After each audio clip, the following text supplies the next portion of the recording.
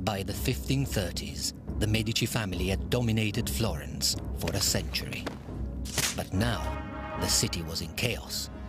The family and Florence needed new leadership. A prince who would redeem the Medici name and defend the Renaissance itself.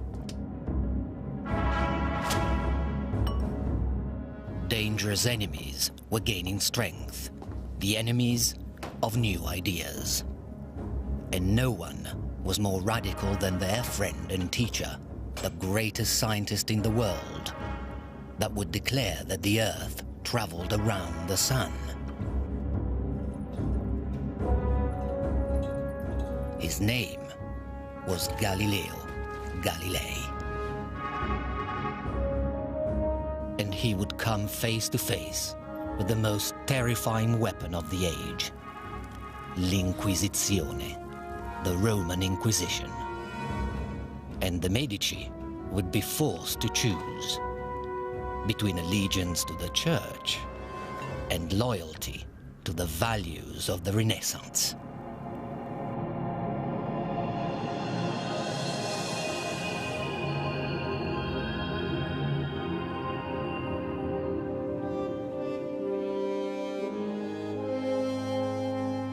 Florence, 1537.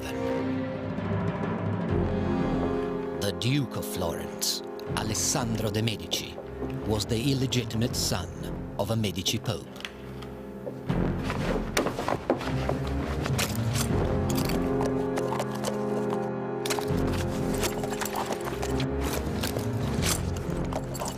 Enemies of the Medici saw a chance to cleanse Florence of the family, once and for all.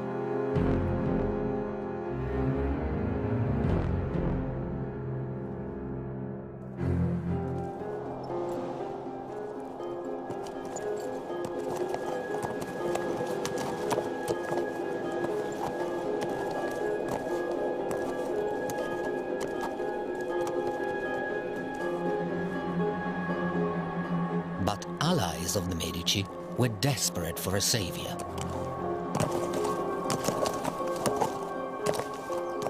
No matter how humble or how distant.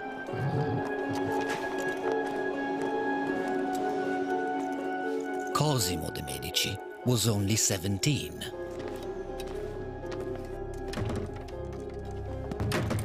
A fourth cousin to the murdered duke.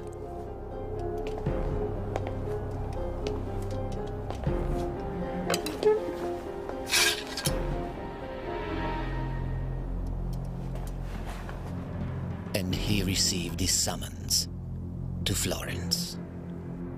He was not from the main bloodline of the Medici.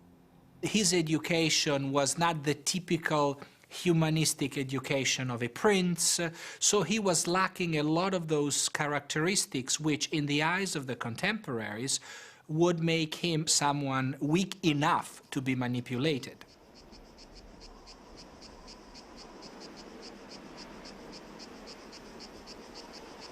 After years of chaos, the city of Florence was in decline. Its streets were deserted. Generations of Medici treasures had been destroyed by violent revolution. Michelangelo, close to the Medici, had fled the city, leaving behind the broken statue of David. Young Cosimo bore the name of a now hated dynasty. But the city was on the brink of anarchy and needed someone to fill the dangerous role of the figurehead of Florence. And for now, Cosimo the teenager would have to do. Most of the people who counted in Florence at the time were fairly aware that the choice of a man raised in the country was a way to have a ruler that they could, control fairly easily. Within 48 hours, Cosimo was elected the new Duke of Florence.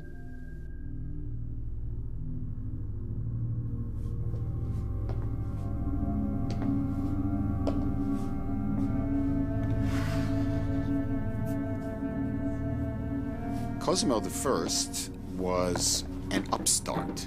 He had not been born to a noble family at all. He was from a minor branch of the Medici who got lucky in terms of political alliances and suddenly found himself sitting on the throne of this new duchy.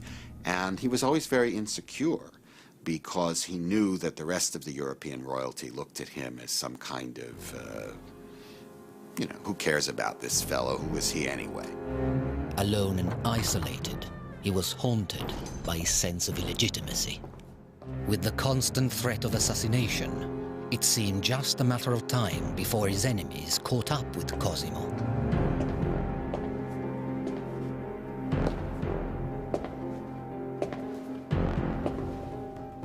But one man believed Cosimo had potential.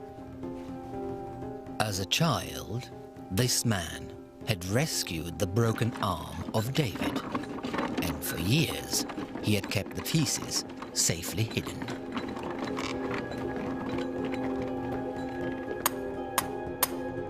He had studied under the great Michelangelo himself.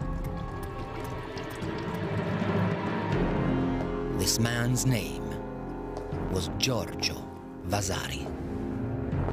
Vasari had waited patiently through the chaos to repair his master's sculpture. All he needed was a patron. And Vasari knew that Cosimo's survival depended on good publicity. He strikes this alliance with Vasari, who invents the culture of a dynasty that wanted to present itself as coming from the Greek gods. But clearly, you know, they were selling cloth until, 20 years before. So they really started almost from scratch. The Medici always had patronized the arts, but with Cosimo I, the arts really become part of political PR.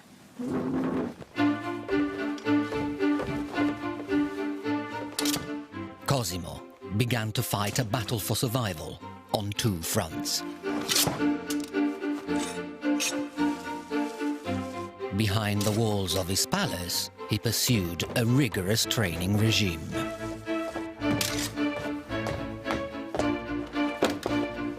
And, under Cosimo's personal instruction, Florence's neglected Renaissance found new life.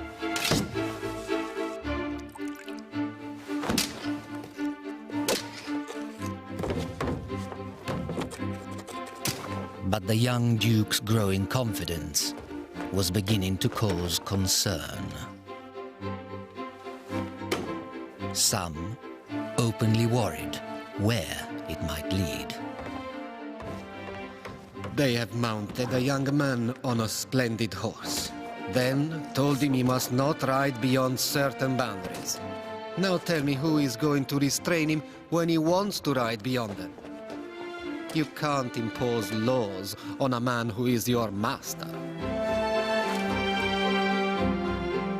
By 1543, repairs to David, authorized by Cosimo, were complete.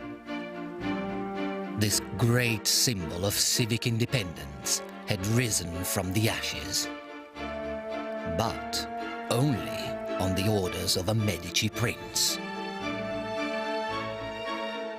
Not for the first time, Michelangelo's art had been co-opted in the pursuit of power. Michelangelo was the greatest artist of the age, and his art was often used by others for political gain. At the Pope's command, over the altar of the Sistine Chapel, Michelangelo had created the finest fresco of his career, the Last Judgment. But his masterpiece was greeted with shock. Michelangelo had filled his fresco with nudes. Church conservatives were appalled. Still reeling from Martin Luther's attack on their authority, they now cracked down on artistic freedom, and Michelangelo's fresco was declared indecent. It was a most dishonest act to have painted so many naked figures, revealing their shameful parts. It is not a work for a papal chapel, but for a bathhouse or a brothel. The church demanded corrections, hiring a new artist to add modesty to Michelangelo's masterpiece. The artist was nicknamed Braghettone, large underpants man. Michelangelo was not impressed. Let His Holiness attend to the reform of the world. Reforming a painting is too easily done. Meanwhile, Medici enemies all over Tuscany were plotting to bring down the arrogant young duke, because Cosimo was developing regal aspirations. But he outwitted his foes by courting a Spanish princess, a woman who shared his ambitious nature.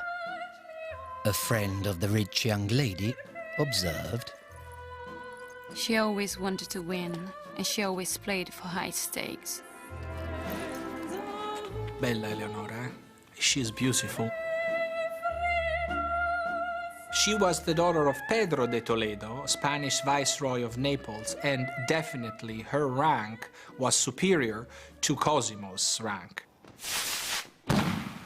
Their wedding was for Cosimo a guarantee of the Spanish protection and approval of his regime.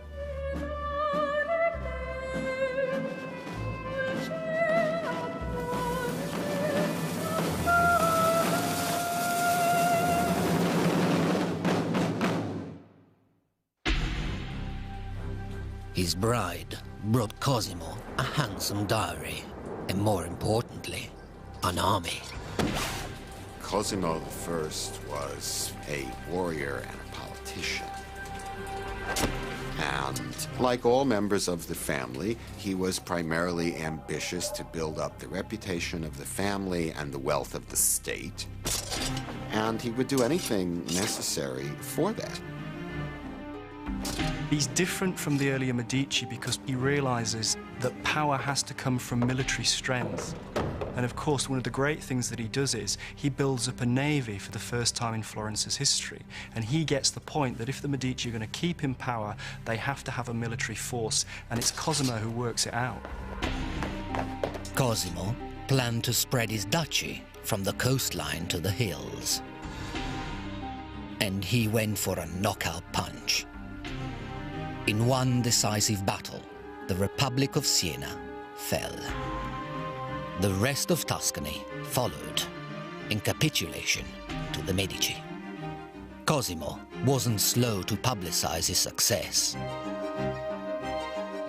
Across the walls of the old government building, he ordered monumental frescoes from Vasari. Vasari was a sculptor, Vasari was a painter, Vasari was an architect, but more than all of these three arts combined, he supervised everything that was produced in the arts in function of the Medici ideology. Vasari was coordinating more than just producing art at the time. And it is probably one of the first time in Western history in which we have a systematic form of propaganda, of a regime that is in need of legitimizing itself and producing a state ideology that is not existing. Cosimo carefully crafted his image, shaping and editing Vasari's creations. The group of counselors which you've placed around me is not in the least necessary, as I acted entirely alone. You can fill up their places with figures representing silence and other virtues. Vasari painted on an unprecedented scale. He supervised an army of workers, filling the walls of the medieval palace with tales of courage and achievement. Soon, even the ceilings were bursting with heroic display. And Cosimo made sure that every generation of his family were given their place, turning the headquarters of the old republic into a temple to the Medici dynasty. It was fit for a king, if not for the new Duchess, Eleonora. When she arrived in Florence, she was quite disappointed because Naples was the largest city of Europe with roughly 300,000 inhabitants. Florence, compared to that, had probably less than 60,000 inhabitants, had been a republic, and she found, for instance, her side of the Palazzo Vecchio as being way too modest for her dignity. Contradicting all of the traditions of the time, she purchased with her private money Palazzo Pitti, claiming that she could not raise her children of royal blood in such a humble residence. Eleonora had bought a fortress for her family. It was a shrewd move, because the couple's regal ambitions had fueled the envy of their rivals. Now, those rivals wanted the Medici family dead. A network of secret police kept the suspicious Duke well informed. Cosimo was always capable of dealing with this risk in a prudent and clever way. We know that he was paying roughly 300 bodyguards regularly, so that is a good way to, cope with that. Such security measures impressed Cosimo's guests. When he goes through the city, his wife and children accompany him, but with a guard of Germans, a light cavalry, and at least 100 musketeers. The Duke's enemies were not easily deterred.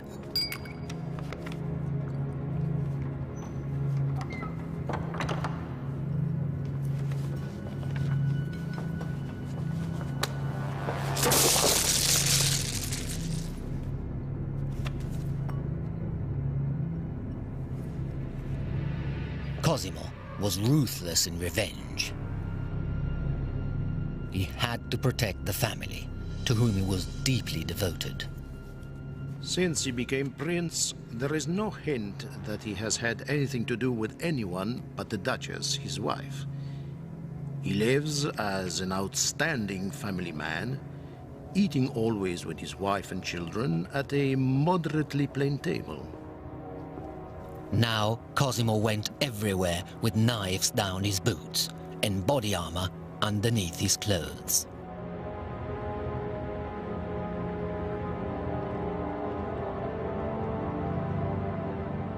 And his safe passage through the city was secured by building an enclosed, private corridor above the streets. But Cosimo had a problem.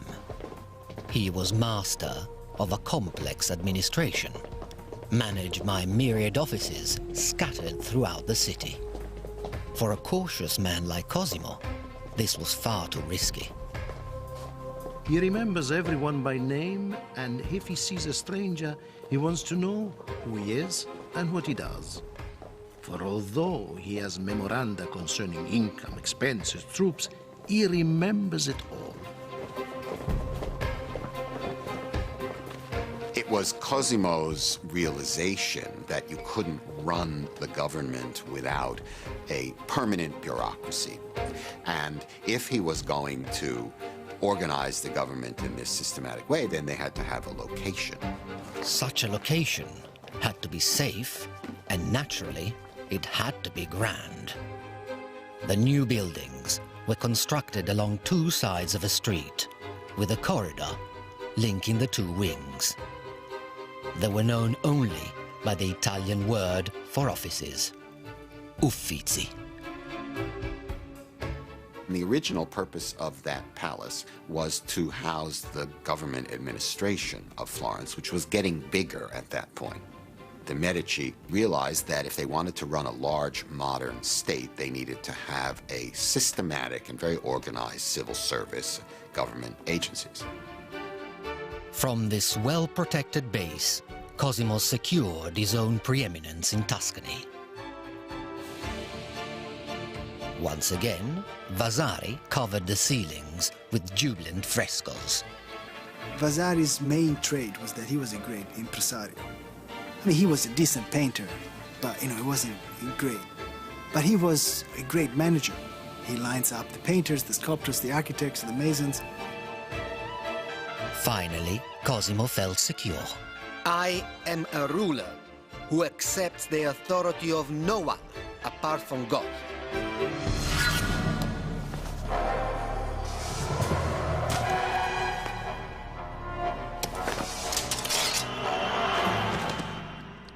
And with Vasari's help, Cosimo's founded a new school of art and design so that ambitious young artists would come to study in Florence.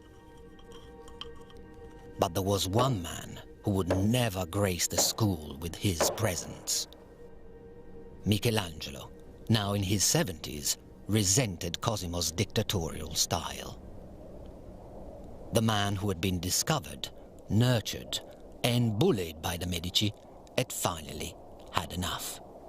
There was a tremendous source of frustration to Cosimo that Michelangelo wouldn't have anything to do with him and remained in Rome for the last 30 years of his life in high moral dudgeon about what the family had done by taking over absolute control of the Republic. And he refused to go back. Michelangelo was angry, bitter, and tired. Now, he began work on his final sculpture, La Pietà. Upon its completion, he vented a lifetime of fury and frustration on the arm of Christ, attempting to smash it with a hammer. Michelangelo's own tortured likeness, frozen forever in the face of Nicodemus. Only death could reconcile Michelangelo with the Medici. When Michelangelo died in 1564, the Florentine government arranged secretly to sneak the body out of Rome, hidden inside of a hay basket, and bring it back to Florence, where they staged this enormous ceremonial funeral for him.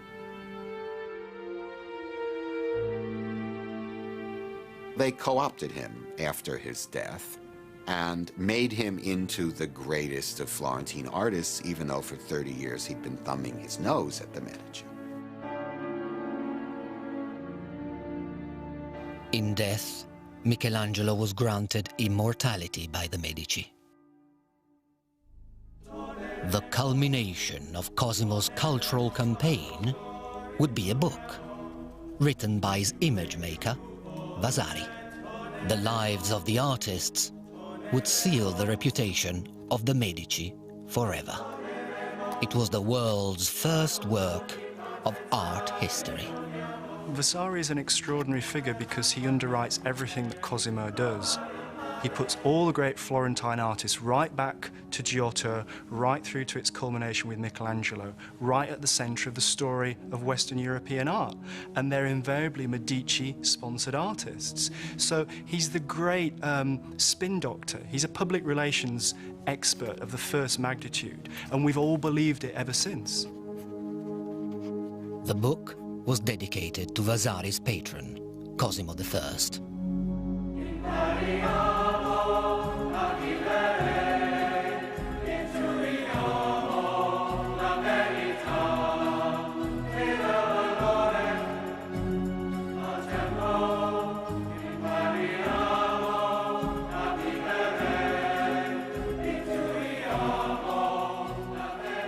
The author argued that the world had been dark for 1,000 years until the light of the artists had illuminated it once again. Vasari needed a word for this outstanding achievement. And what had, until now, been an ad hoc movement of artists, patrons, and protectors, finally had a name. It was called the Rinascimento, the rebirth, the Renaissance.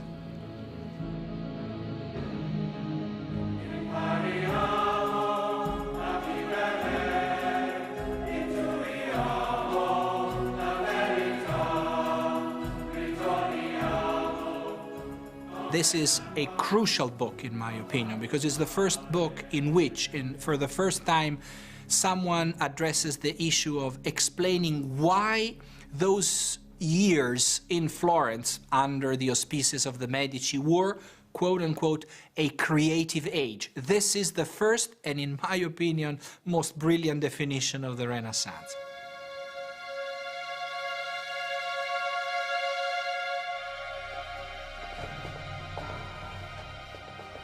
But the ideals of this Renaissance movement now offended the most powerful authority on earth, the Catholic Church. Humiliated by the Protestant revolt, the Church faced a growing clamor for individual freedom. Determined to impose their authority, they now created an agency of obedience, the Roman Inquisition. The Inquisition could be seriously frightening. You're not called and say, oh, come in with your lawyer, and try to take apart our claims, and there is a jury, and the jury will decide who's right. You come in, and they say, we find you guilty. Please confess.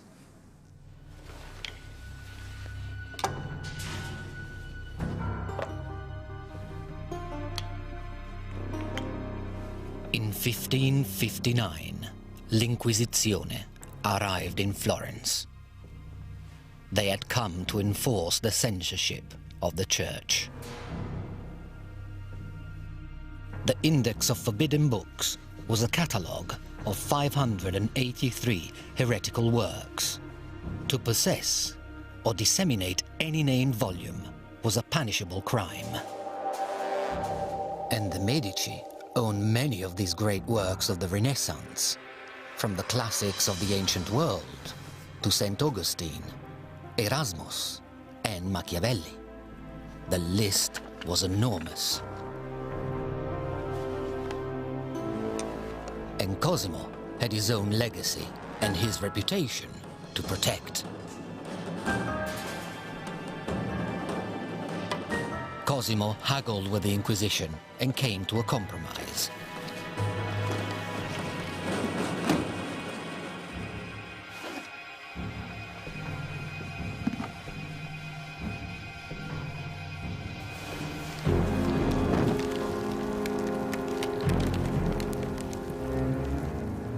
Cosimo organized a token public book burning. Because even a duke could not afford to alienate the Church. And Cosimo was desperate to be formally recognized by the most powerful organization on earth.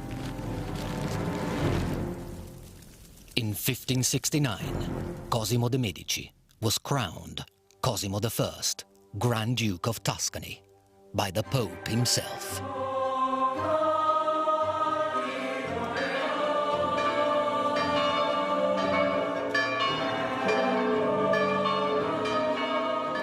The Medici had started as merchants and moneylenders.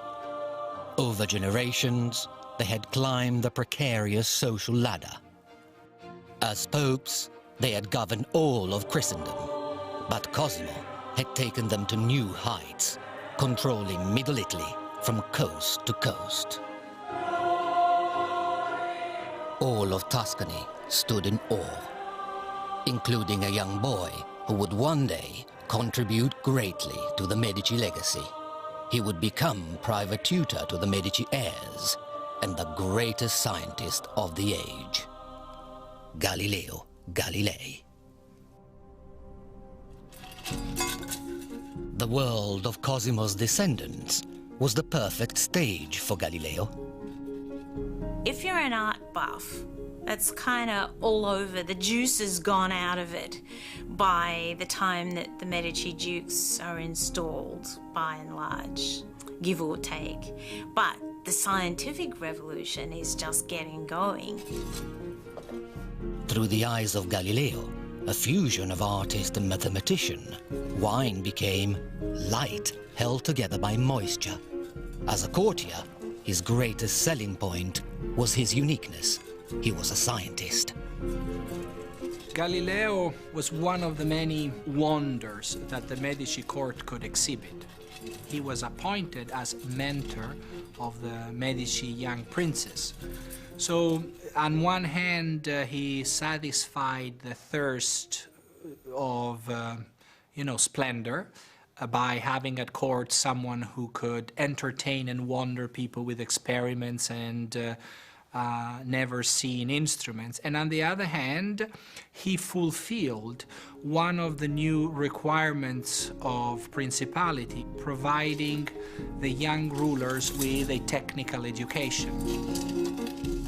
Galileo had discovered the uniformity of pendulum vibrations, a critical step in the accurate measurement of time. He had made a name for himself as a brilliant thinker and a troublemaker. But the Medici legitimized his boldness.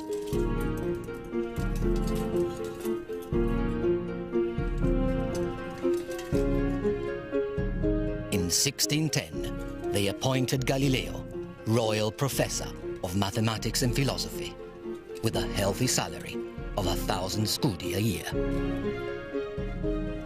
There was a certain level of official investment in Galileo, and given the kind of claims he wanted to make, the university would have not been the right institution. So I do believe that he needed a court, and the Medici provided that. As Galileo's reputation spread through Italy and Europe, his Medici patrons granted him celebrity and protection. In return, Galileo ensured that his discoveries emerged first at the court of the Medici.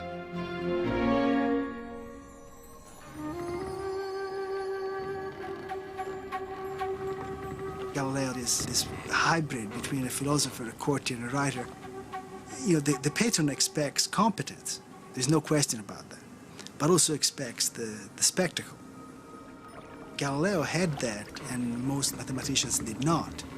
They didn't have the other set of skills, how to turn a dry topic into something entertaining. School vacations became the seasons for experiments, as Galileo's Medici students learned through observation. People had always assumed that because it was solid, ice was much heavier than water. But not Galileo. Galileo managed to turn buoyancy, things floating in water or sinking in water, into a court spectacle. Now, that takes talent. Galileo asked whether two balls of different weights would fall at the same speed. Most people thought the question was absurd. Of course, the lighter one would fall more slowly. But Galileo was not convinced. By dropping two balls from the top of the Leaning Tower of Pisa, Galileo proved that all objects fall at the same rate of acceleration. The royal professor had prefigured Newton's theory of gravity by half a century. He was desperately trying to find simple arguments for complicated, for huge phenomena. That was always his angle. He was a master at trying to find these little vignettes that could encapsulate a very complex problem.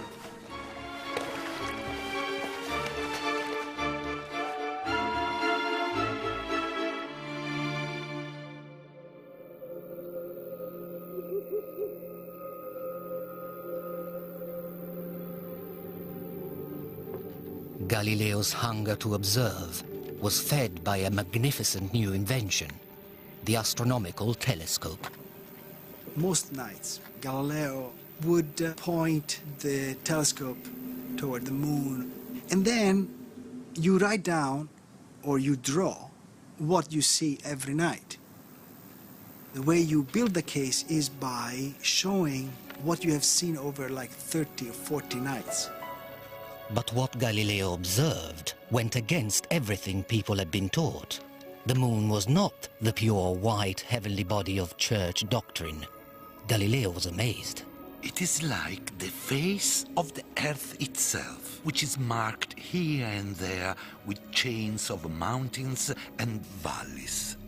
All of what people had been believing in regard to astronomy collapsed, because the idea that beyond the celestial vault you get into the world of perfection proved to be wrong. Otherwise there wouldn't be all of those imperfections on the moon. And through the eyes of the prince, the telescope adds to the court another element of originality and wonder. Galileo was the first man to discover that the sun had spots, to notice the unusual shape of Saturn, and to identify the Milky Way. And he was the first man to spot the moons of Jupiter. He named these mysterious objects after his patrons and protectors. He called them the Medici stars.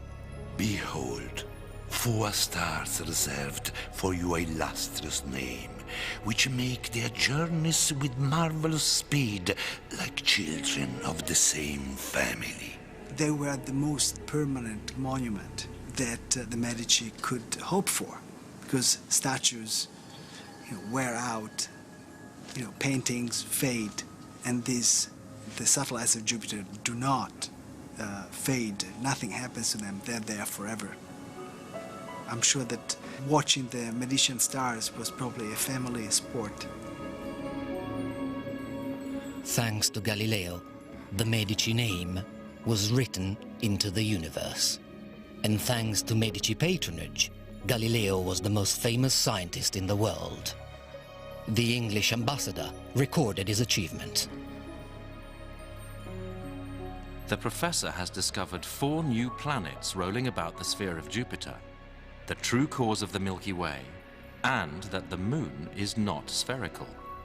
He has overthrown all former astronomy.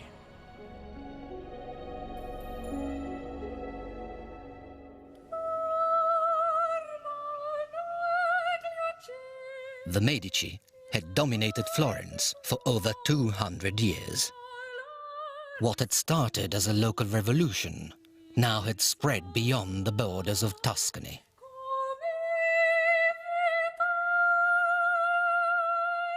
At the royal court of France, the world's first ballet had been presented to Queen Catherine de Medici. In England, Shakespeare had thrilled massive audiences with extraordinary new plays. While in Italy, a radical new art form had been unveiled. Born in the house of the Medici, opera took the dramatic stories of classical heroes and set them to music. It had been performed by Galileo's own father. One by one, 3 generations of Medici dukes inherited a position of extraordinary power, and Galileo had taught them all. He had bestowed on them the gift of education, a rare gift they would never forget. I think that probably Galileo was more important to the Medici as time went on. For somebody like Ferdinand II, Galileo was an important image maker. The Medici were lucky. It's a remarkable coincidence to have one of your subjects turn out to be, such a scientific star. But there was still a force in the world more powerful than the benevolent wisdom of an individual thinker. The force of religious conformity.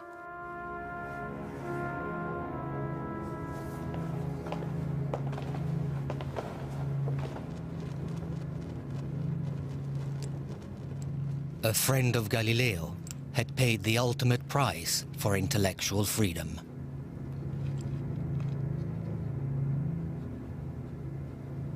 Giordano Bruno was a Dominican friar.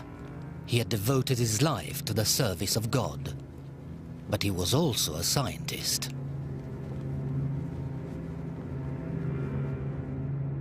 For publishing his theory that the universe was infinite, he was burned alive by the Roman Inquisition. In exceptional cases, the Inquisition showed mercy. They placed a bag of gunpowder around the victim's neck.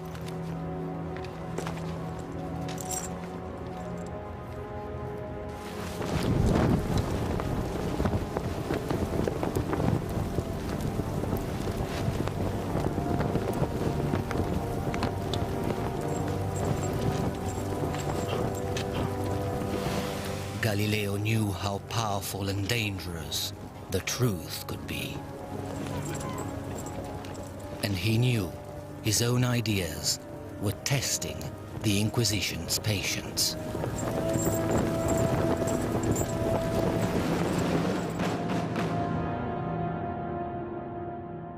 For over 1,000 years, the Church had taught that the Sun and all the planets revolved around the Earth. This fundamental truth underpinned the very essence of Christian identity. But Galileo had observed the universe for himself. He had come to the radical conclusion that the Earth, in fact, revolved around the Sun. His skeptical friends protested.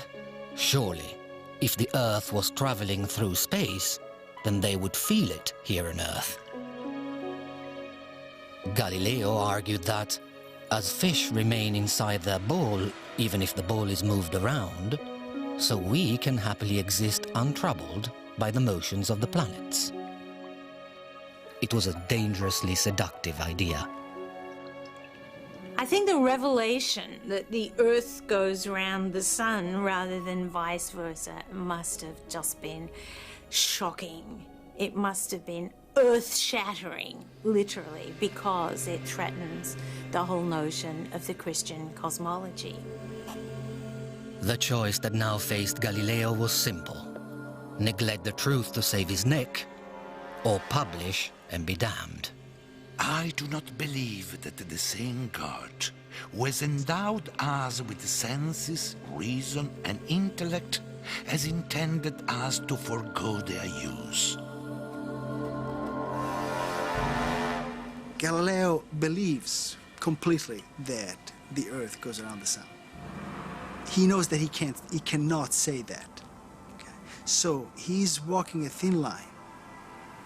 Galileo was an old man by 17th century standards, so maybe there was an element of desperation that maybe he knew that he was taking a risk.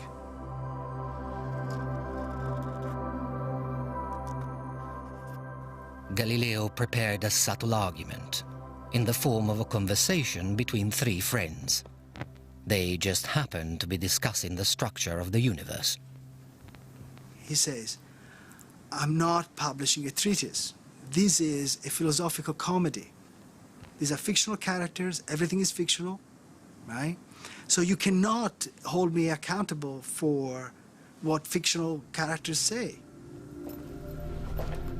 Galileo submitted his text to the church in Florence so that it could be checked for signs of heresy. The church insisted on changes.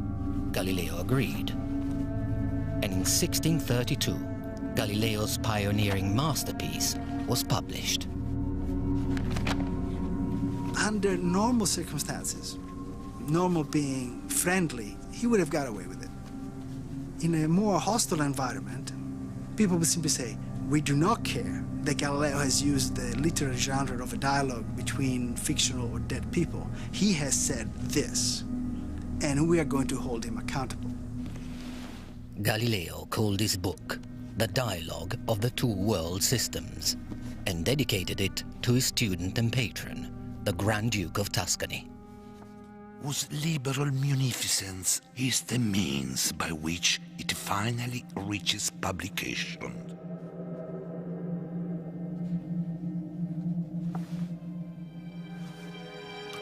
When the dialogue hit the streets of Florence, it became an instant bestseller. Galileo had written the first book of popular science. I wrote in the colloquial tongue because everyone must be able to read it.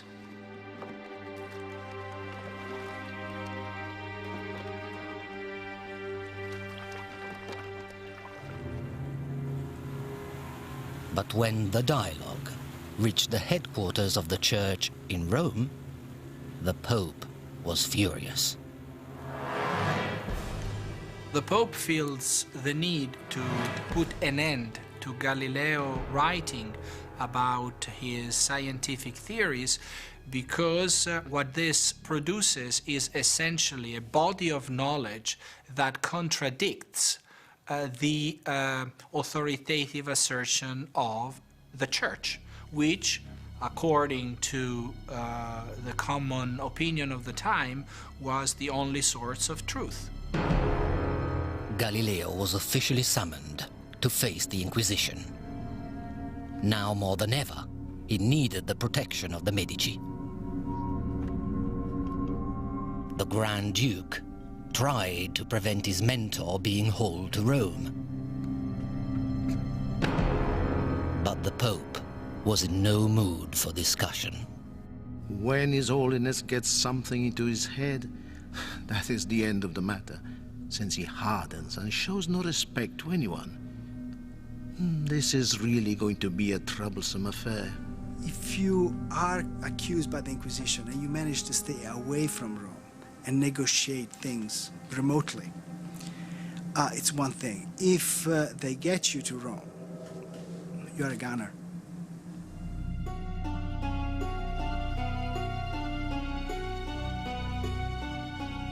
In 1633, Galileo arrived in Rome.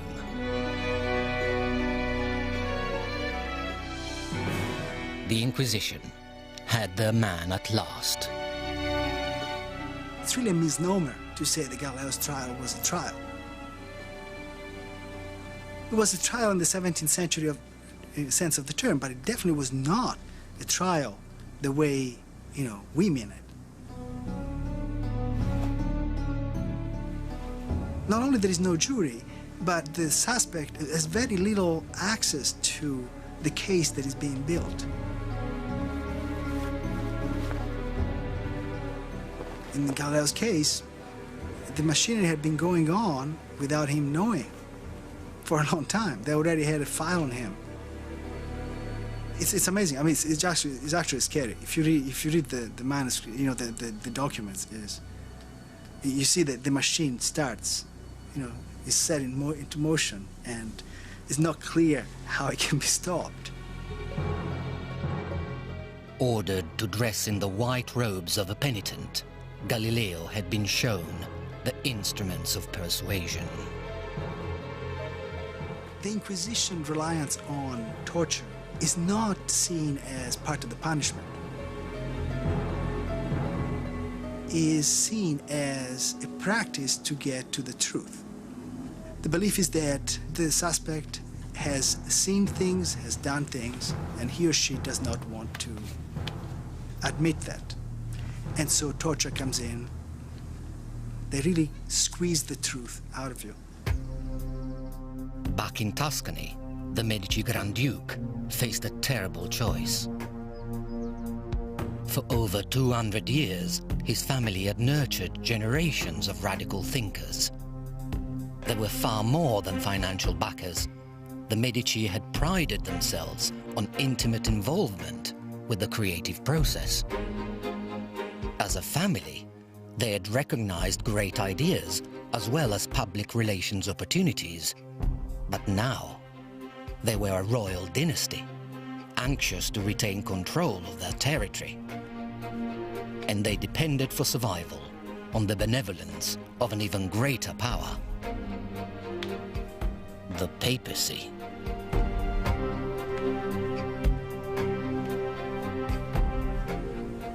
The Pope basically says, look, stop pushing. He says, tell the Grand Duke that he's not going to come out looking good, or he's not going to come out well from this. That his support for Galileo is not going to help him. It's really a threat.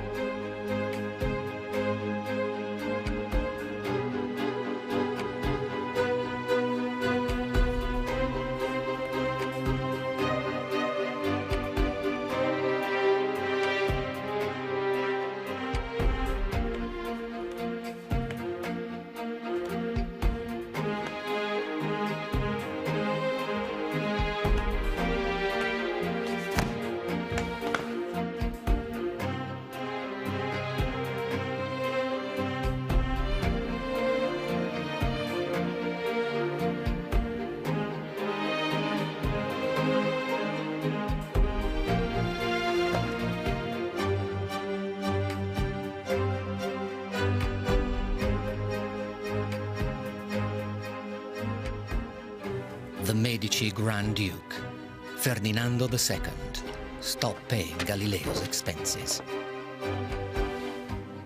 On the 22nd of June, 1633, on his knees in the belly of the Vatican, Galileo denied what he knew to be true.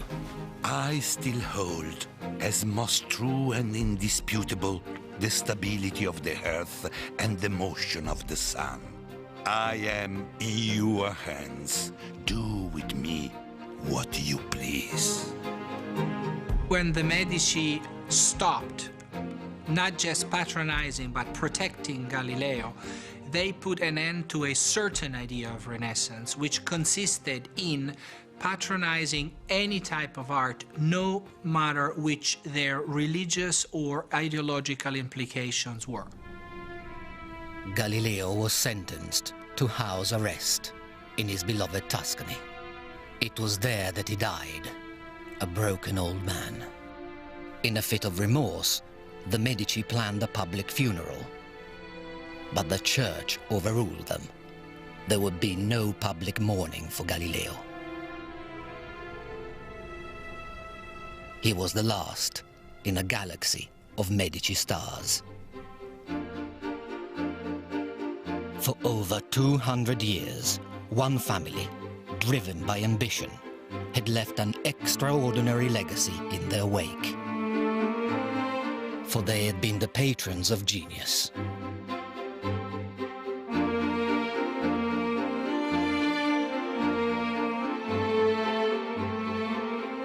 Renaissance men who had changed the Western world.